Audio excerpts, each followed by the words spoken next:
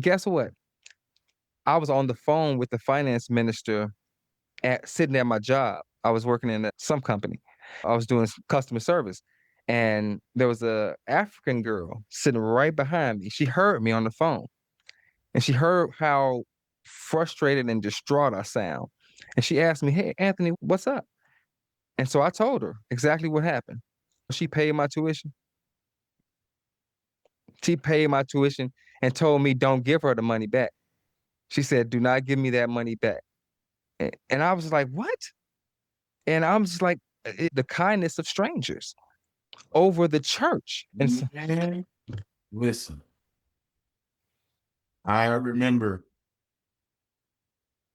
going, I remember I was deacon at this church. One of my best friends, his father was a pastor. He made me a deacon. I'd been here for quite some time. And I was teaching Sunday school and everything else. And then they was like, "You single, you need to have a wife." They threw one young lady at me, and she had a baby daddy, and she didn't know if she could be loyal to me as a baby daddy, because I had taken a note of celibacy. I for mhm, like for a year, almost a year, I didn't do anything. I mhm. didn't, because I wanted this decision to be correct.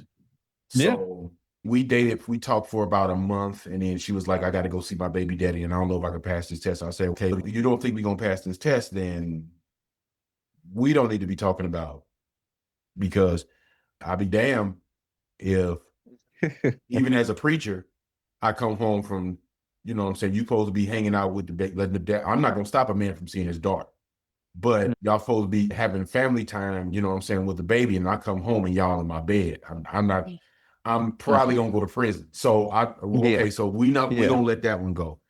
Then they threw yeah. another young lady at me. She was single, didn't have no kids, whatever. She was a little bit older than me.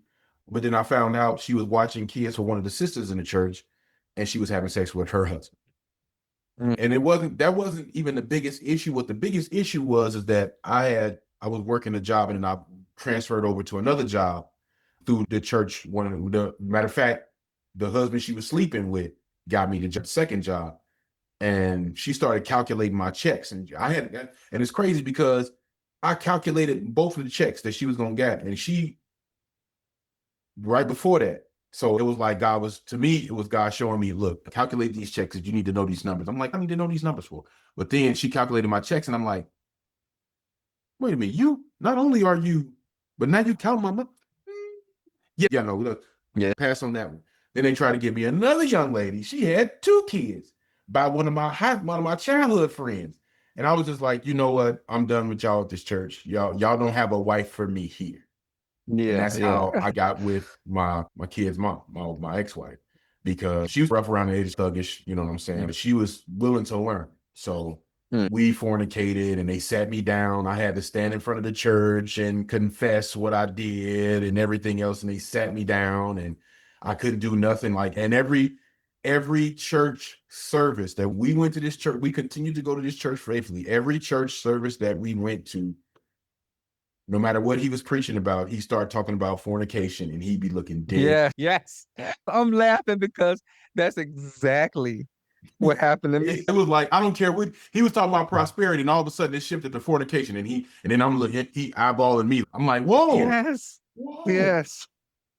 Yeah. And then we got married, and then, you know what I'm saying, they let me, you know what I'm saying, because now I've corrected it. So, you know what I'm saying? Yeah, So yeah. now they let me get back up. But it was just, again, I've been through, and then that same preacher wound up 3 years later kicking us out, because we told him there was some people in his church that was going to split it up. And a month later, they split.